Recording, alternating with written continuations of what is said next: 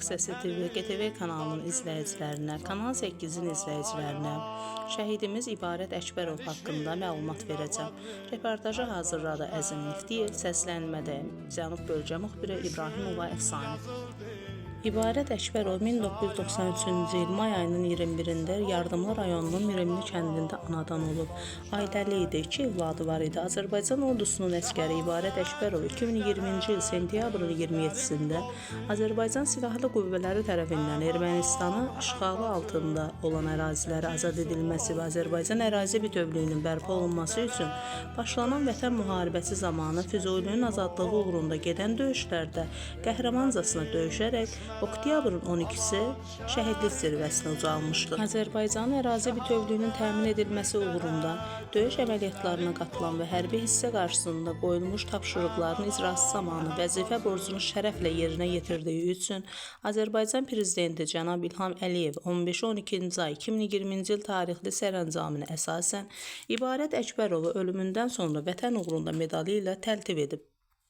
Azərbaycanın Füzuli rayonunun işğaldan azad edilməsi uğrunda aparılan döyüş əməliyyatlarına qatılaraq şəxsi igidliyi və şücaəti nümayiş etdirdiyinə görə Azərbaycan Prezidenti cənab İlham Əliyev 25-12-ci ay tarixli sərəncamına əsasən İbarət Əkbərovu ölümündən sonra Füzulinin azad olunmasına görə medalı ilə təltif edib. Azərbaycan ərazi bütövlüyünün təmin edilməsi uğrunda döyüş əməliyyatlarına qatılan və hərbi hissə qarşısında qoyulmuş tapşırıqları icrası zamanı vəzifə borcunu şərəflə yerinə yetirdiyi üçün Azərbaycan Prezidenti cənab İlham Əliyev sərəncamına əsasən İbarət Əkbərov ölümündən sonra igidliyinə görə medalı ilə təltif edilib. Azərbaycan ərazi bütövlüyünün təmin edilməsi uğrunda döyüş əməliyyatlarına qatılan və hərbi hissə qarşısında qoyulmuş tapşırıqların icrası zamanı vəzifə borcunu şərəflə yerinə yetirdiyi üçün Azərbaycan Prezidenti İlham Əliyevin sərəncamına əsasən İbarət Əkbərov ölümündən sonra Azərbaycan bayrağı ordeni ilə təltif edildi. Şəhidlərimizi heç bir zaman unutmayaq. Hər zaman bütün reportajlarımızda, topladığımız bütün məlumatlarda şəhidlərimizi xatırlayacağıq. Gələcək nəsillərimizə şəhidlərimizi tanıtmaq üçün hər zaman mətbuatımızda Haqq Səs TV-nin izləyicilərinə, Kanal 8-in izləyicilərinə paylaşımlar olacaq. Şəhidlərimizi heç bir zaman unutmayacağız. Ailələrinin qarşısında baş əyirəm. Bir ömrüm boyu sizə borcluyuq. Ayın 7-sində o yenidən, oktyabrın 7-sində qayıdıb hərbi hissəyə komandirin deməyinə əsasən İbarət heç vaxt qorxmayıb, təminatı özü əsgərlərlə birlikdə gedib təminat gətirirdi.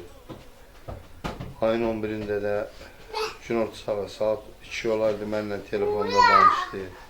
Hər şeyin yaxşı olduğunu bildirdi və ayın 11-i oktyabr saat 4-də o şəhid olub. O şəhid olduğu vaxtda mən özüm burada, mənim başladı ürəyim ağrımaya. Bizdə ailədə elə bir hamımıza bir necə ayan oldu ki, yoldaşım başladı özüm pis eləməyə, bu uşaqları başladı ağlamağa. Mənim özümün heç vaxt ürəyim ağrımaydı. Mənim ürəyim başladı ağrımaya. O bir dənə itdə gətirmişdi, hətta Beyləqandan özü, hərbi hissəsi. O it səhərə kimi yatmadı, ayın 11-in, Allah'ın olsun. Ayın 12-sində mənə xəbər verirlər ki, İbarət şəhid olub.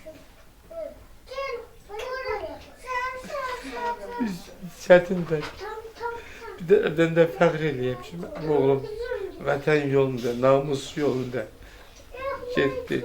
O ermənilərə verdiyi sözü kişi kimi tutdu və onlara göstərdi ki, bəli biz namuslu, biz vicdanlı, qeyrətli Azərbaycan xalqı. Mən Allah'tan bütün şəhidlərə rəhmət diləyim, qazilərə sağ ol, tezliklə sağ olsunlar. Bütün şəhid ailələrinə səbir diləyəcəm. Çətin danışma.